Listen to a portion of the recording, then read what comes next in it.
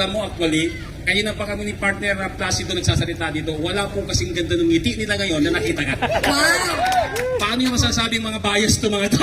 Yan, ang supporters ni Bibi Sara Yan! ay hindi bayaran. Yan. Sigurado yan. At talagang nagmamahal sa bayan. Di po ba? Maraming salamat po sa pagdating dito. Nandito po ako para suportahan si Bibi Sara at si Atty. Lopez dahil ako po ay isang babae din na naging biktima ng bullying, harassment ng administrasyon. And katulad din po ng nakararami dyan na ibang biktima is hindi ho kami bayaran. At nagsasalita ho kami dito, katulad ko, isa ho ako doon, na sinalang ko ang aking buhay at buhay ng aking pamilya. Naway, magpatuloy po tayong sumuporta sa karapatan po natin na ipaglaban ang ating karapatang pangtao. At ako po, ang hinihiling ko lang din po sa inyong lahat, is huwag niyo ho lang ding lahatin ang kapulisan at kasundaluhan na masama silang lahat. Hindi po. Kasi marami rin po akong kaibigang taga doon at may mga kamag-anak din po akong taga doon. Kaya alam, may ano tayo, first hand na kaalaman. At ako po, katulad nyo, ako'y bilib na bilib po sa katsagaan nyo. Sa pagmamalasakit nyo na pumunta dito. Hindi po yan sa dami. Kundi po sa lakas ng loob, taus-pusong pakikibaka at pakikipaglaban. Kasi kapag taus-puso po ang ating intensyon, tayo po ay magwawagi, lalo na po kapag ang Diyos ang ating gabay. Naman! Yun po. So, tayo po, patuloy po tayong lumaban sa ating karapatan dahil tayo po ang nagpapasweldo sa kanila. Ang House of Representative is House of the People. Ang taxes po natin ang nagbabayad sa kanila. Wala po ditong kung sino yung mas mataas, kung sino yung nakaposisyon, hindi po ganon. Dito po, dapat po, ang loyalty nila is pro-people. Dapat po, ang kanilang katapatan is para sa bayan, hindi po para sa kanilang mga pansariling bulsa. So, ako po, maraming salamat po sa inyong lahat ulit at magpatuloy po tayong lumaban. Lumaban sa tama at wag po tayong mawala ng lakas ng loob. Magpatuloy kasi alam ko po, mananalo tayo. Yeah! Magandang gabi and mahal ko po kayo and alam ko mahal natin ang isa't isa. God bless everybody. Ma'am, ang ganda ng ngiti nila kasi sinabi mo mahal mo sila. I love you guys.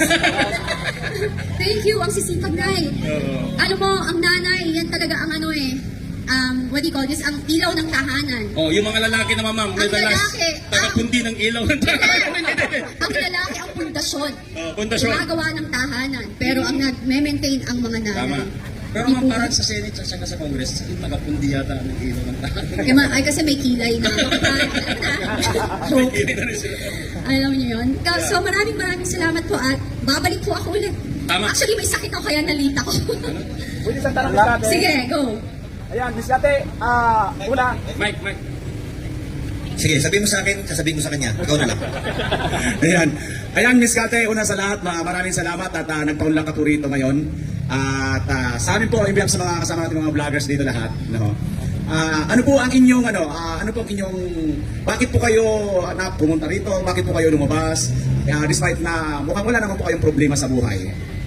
Again, ako ang iniisip ko na lang kasi, di ba, sinabi ko naman to sa aking mga interview, na-trigger ako because I also like, especially now, nakita ko si Atty. Lopez na yung trauma, yung kanyang, yung trauma na binigay sa kanya ng pambubuli, panghaharas kasi wala naman siyang ginagawang masama. Rather than, ginagawa lang yun ng tama ang kanyang trabaho and dahil hindi nila makuha yung kanilang gustong sagot, ang House of Representative is harassing her and forcing her to say something na hindi naman kailangan or hindi niya talaga alam, you know. So ako, na-trigger, naalala ko ulit yung ginawa nila sa akin, na babae ako, mayaman sila, powerful sila, still, nag-iisa akong babae, may anak ako, 5 anak ko, 4 ang babae kong anak, wala silang pakialam sa akin na saktan ako, ibuli ako, iharas ako, kunin yung mga properties ko and everything. Hindi ho ito paghihigante.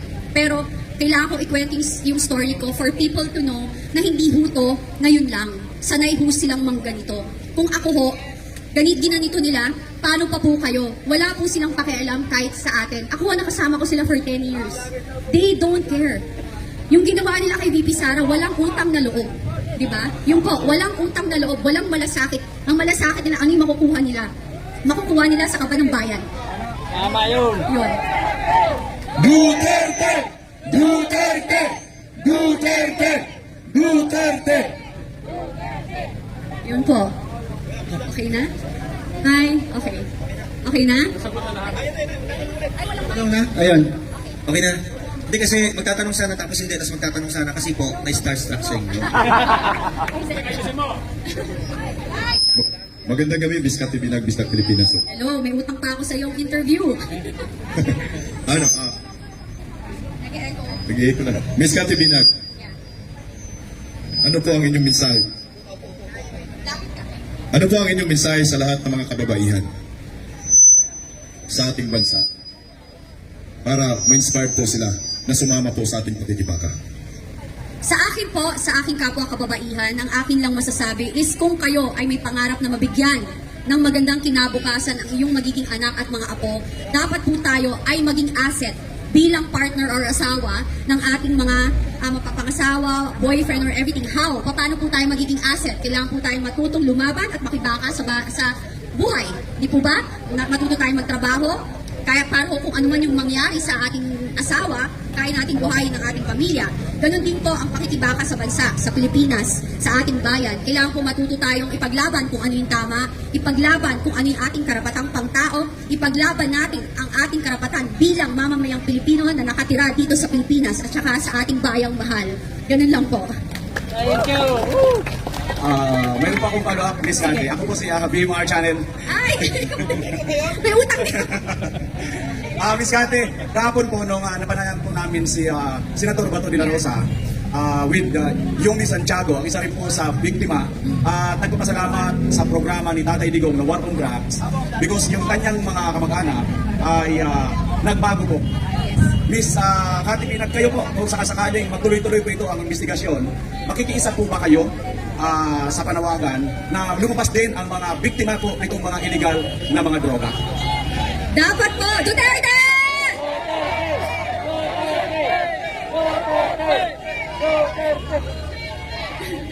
Nakakatawa. Ako po, makikiisa ako kasi ang pangit pong ang ginagawa nila ngayon is pinagtatanggol po nila ang mga pushers at saka mga drug addict and convicted criminals. Perfect example is di ko nga matawag na congresswoman si Castro. Diba? Naglalakad na convicted criminal. Tapos etong ating mahal na lawyer na nagtatanggol sa mga IPs, nagtatrabaho ng malinis. Gusto nilang ipakulong wala man lang kakaso-kaso. Anong ibig sabihin nun, di ba? It's a sign of bullying and harassment. At siya ay isang babae ang nakakatawa. Ikaw, Castro, kapal ng mukha mo. Dapat nakakulong ka. Kapal ng mukha mo. Kapal ng mukha! Kapal ng mukha! Diba? Kapal ng mukha! Kasi dapat, ang akala ko ba, ang kaliwa is pinagtatanggol niya ang mamamayang Pilipino. Eh bakit siya, sinisira niya or binababoy niya ang, mga tao na walang kalaban-laban at normal lang at walang posisyon, Then ako, lalaban talaga ako kasi kailangan malaman din lang sa mga biktima. Ako naman, naniniwala ako na mga pushers and addict pwedeng magbago. Pero choice nila. Kapag nanatili silang pushers and addict at namerwisyo sila sa lipunan, di ba? Kaya maraming namatay, na-rape ng addict, pusher, na, maraming pinagbentahan ng droga, kaya kumalat ang addict. Alam ko mahirap ang buhay, pero choice po natin pumili na magkaroon ng trabaho na matino at maayos.